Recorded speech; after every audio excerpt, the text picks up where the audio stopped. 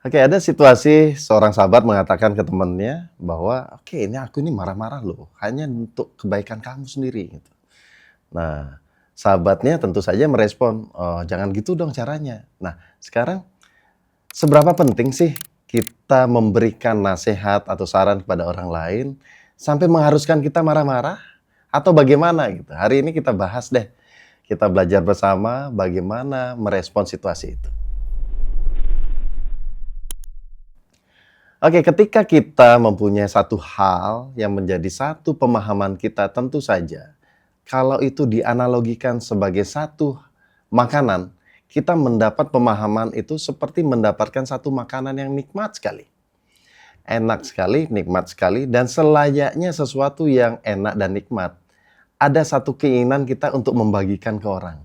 Tentu saja dimulai dengan orang-orang terdekat kita, orang-orang yang kita cintai, orang-orang yang kita kasihi, termasuk sahabat kita.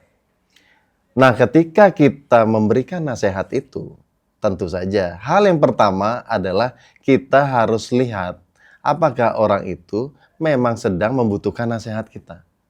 Sama seperti makanan, apakah dia sudah merasa lapar atau tidak sedang lapar?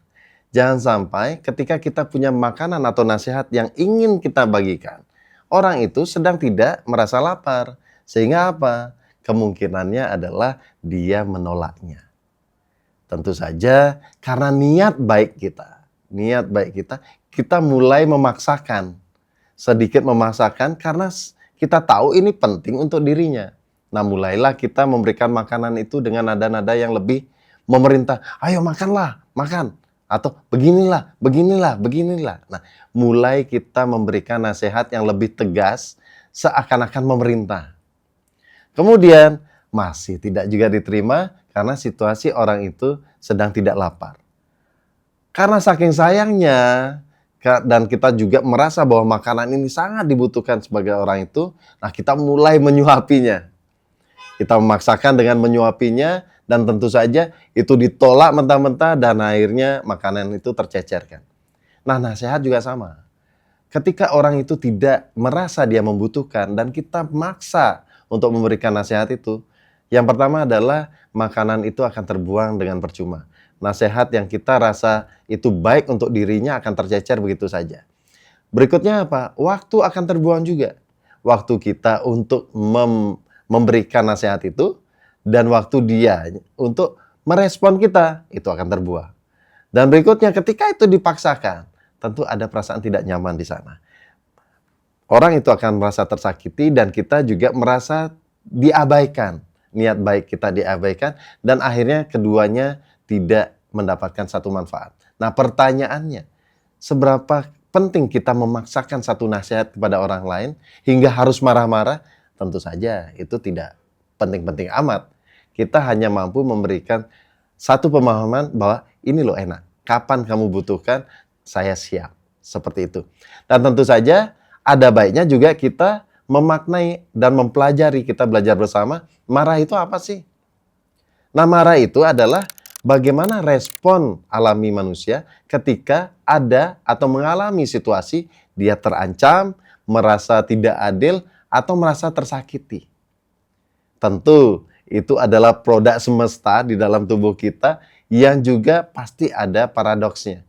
Pasti ada nilai positifnya, pasti ada juga nilai negatifnya.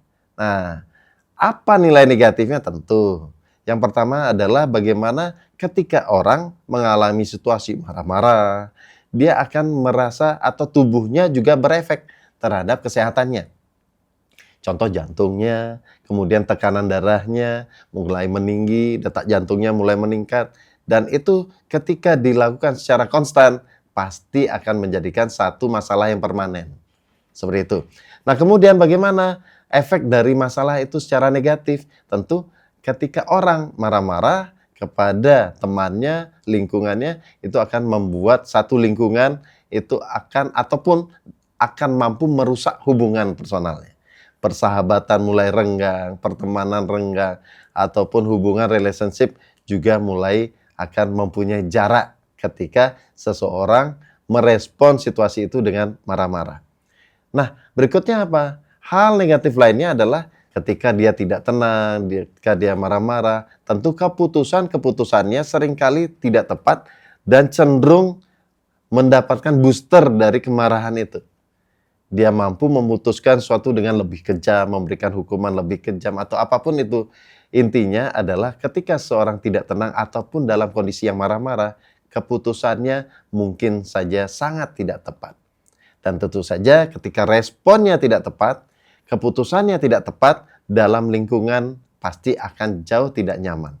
Nah, itu adalah bagaimana respon negatif bagi seorang yang memutuskan mempunyai respon reaksi ketika merasa terancam, tersakiti, atau tidak adil dengan marah-marah yang berlebihan. Tapi jangan salah, pasti ada hal positifnya. Ketika kita mulai marah-marah, kita harus mulai menyadari ini ada permasalahan apa. Setidaknya ada permasalahan tentang situasi yang tidak adil, bagaimana pengenalan masalah di sana, ada suatu yang menyakiti, suatu yang mengancam, atau apa itu? Di sanalah respon marah-marah kita mempunyai peranan bahwa ada satu indikator bahwa ada suatu situasi yang tidak baik-baik saja untuk mendapatkan satu fokus dan penyelesaian masalah di sana. Jadi satu adalah sebagai indikator bahwa situasinya tidak baik-baik saja. Kemudian marah-marah juga apa? Bisa menjadikan satu motivasi baru. Seseorang yang flat saja, tidak mendapatkan satu cambukan dari orang lain, tentu saja hidupnya akan flat-flat saja, tidak ada satu motivasi tertentu. Terkadang marah yang menjadikan satu pemahaman dari respon seseorang itu membuat seorang menjadi termotivasi. Ya, ada perasaan keinginan untuk oke, akan saya tunjukkan. Nah, itu hal positif dari bagaimana respon seseorang menghadapi situasi itu dengan marah. Kemudian marah untuk apa? Marah berfungsi untuk kita melindungi diri kita. Ketika kita dilakukan tidak adil, kemudian disakiti, tentu marah itu membuat kita terlindungi. Ada cara kita untuk menghindari situasi itu, entah caranya fight, melawan, atau flight, atau lari dari situasi itu. Setidaknya marah itu menjadikan satu booster kita untuk melangkah. Baik melangkah menghadapi atau melangkah untuk meninggalkan itu, situasi itu. Jadi itu ada positifnya. Kemudian marah juga menjadikan satu bagaimana cara untuk merilis. Oke, kita balik lagi bagaimana situasi bahwa akar dari sesuatu adalah masalah, sehingga respon dari masalah itu apa? Nah, ketika seorang mempunyai masalah, responnya ada 4. Ya, yang pertama adalah melampiaskan ke orang lain. Nah, ini yang marah-marah. Bagus itu, ya tentu saja bagi personalnya bagus. Artinya apa? Positif dari marah adalah dia merilis emosinya. Tentu saja ada efek dominonya. Seperti tadi, lingkungan yang merasa tidak baik. Tetapi kita mengacu perspektif bagaimana emosi di dalam diri, membuat satu ketenangan lebih baik, memang salah satu caranya adalah dengan mengeluarkan. Oke, berikutnya adalah menahan. Berikutnya adalah menyakiti diri. Dan berikutnya yang terakhir adalah bagaimana itu dikeluarkan dengan cara tepat dan orang yang tepat. Nah, marah-marah pun kita bisa siasati dengan di mana dan caranya bagaimana. Bahkan di Jepang ada satu metode yang mana dia harus bayar mahal untuk dia marah-marah banting satu mangkok ataupun benda-benda yang disediakan, dan itu aman untuk dirinya hanya untuk merilis situasi emosi dalam dirinya. Artinya apa? Di sini kita belajar bersama untuk mengenali, oh marah saya penyebabnya apa kali ini. Kemudian, oh apakah respon saya sudah baik terhadap reaksi itu atau situasi itu. Kemudian, apakah kita sudah mendapatkan tahapan yang jelas untuk bagaimana merilis, dan tentu saja apakah sudah kita mampu mengatasi masalah itu sendiri. Jadi apa? Disinilah kita belajar untuk kembali ke dalam mengenali diri kita, situasi kita, baik situasi di lingkungan kita ataupun situasi internal dalam perasaan kita. Jadi apa?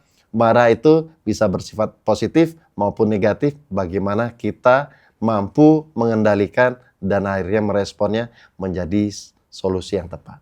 Demikian, salam bahagia, penuh berkah. Terima kasih.